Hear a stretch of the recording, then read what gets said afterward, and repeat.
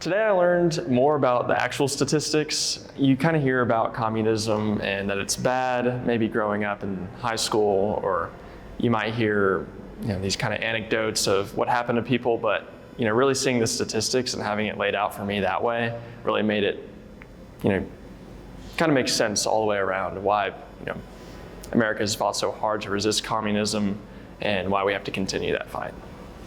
So today in our lecture with Mr. Pope, I learned a lot more about Karl Marx's upbringing and what drove him to truly hate the beautiful society that we live in, right?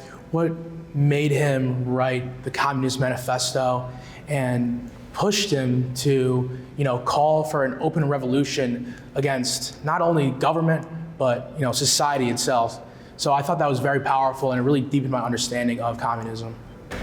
Whenever I hear the word communism, I think of my way of life, the American dream dying. That's the first thing I think of today. In the seminar, he talked about how the abolition of private property, and I love where I grew up. I loved being able to have my own home. I hope one day to be able to buy my own home, and the fact that communism wants to take that away from me.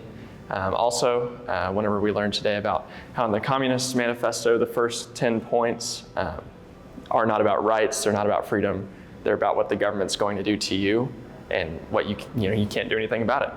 And so whenever I hear the word communism, I think of my rights being taken away from me. Communism to me means death. Death of society, death of the family, death of traditions, death of the government, and most importantly, death of the average private individual.